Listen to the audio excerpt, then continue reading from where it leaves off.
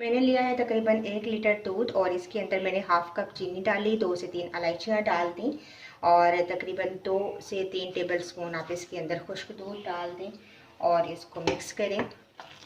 हल्की आंच पर ये पकना रहेगा थोड़ी देर ताकि हल्का सा गाढ़ा हो जाए। और दूसरी साइड पर हम सेवइयाँ रोस्ट कर लेते हैं। फ्राई पैन लिया मैंने और इसके अंदर शामिल करेंगे तकरीबन 2 टेबल स्पून ऑयल या मक्खन आप शामिल कर दें।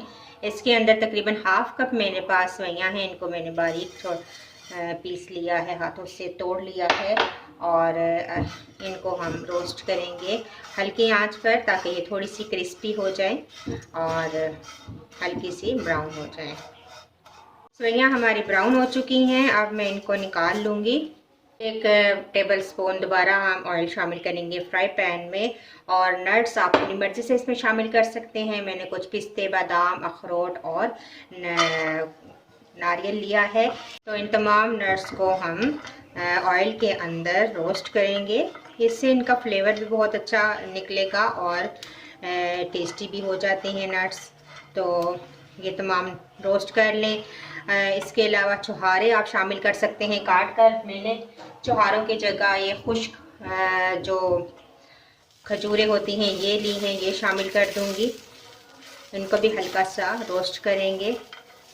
मैंने चूल्हे पे रख दिया था हल्की आंच पर, ये बहुत अच्छा सा अब गाढ़ा भी हो चुका है और इसके अंदर ये तमाम रोस्ट की हुई सेवइयाँ शामिल कर देंगे और इनको पकने देंगे। तकरीबन 5 मिनट्स के लिए हम सेवइयों को दूध के अंदर पकने देंगे।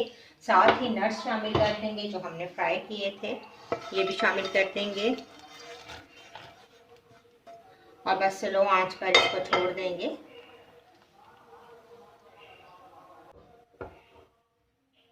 फाइव मिनट्स हो चुके हैं, सेवइयाँ दूध के अंदर पक रही हैं। अब बिल्कुल शीर खुरमा हमारा रेडी है।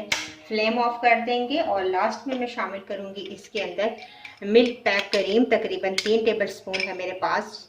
बहुत अच्छा क्रीमी टेक्सचर आएगा इसके साथ, ये शामिल कर देंगे। ऑप्शनल है ये, आप चाहें तो शामिल करें या ना करें, लेकिन करेंगे तो बहुत ही अच्छा क्रीमी टेक्सचर के साथ ये हमारा शीर खुरमा रेडी होगा।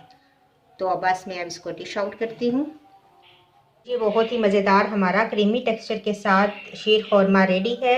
ज़रूर ट्राई कीजिएगा। वीडियो पसंद आई तो इसको ज़रूर लाइक कीजिएगा। इंशाल्लाह एक नई वीडियो के साथ दोबारा हाजिर होंगी। अल्लाह हाफिज़।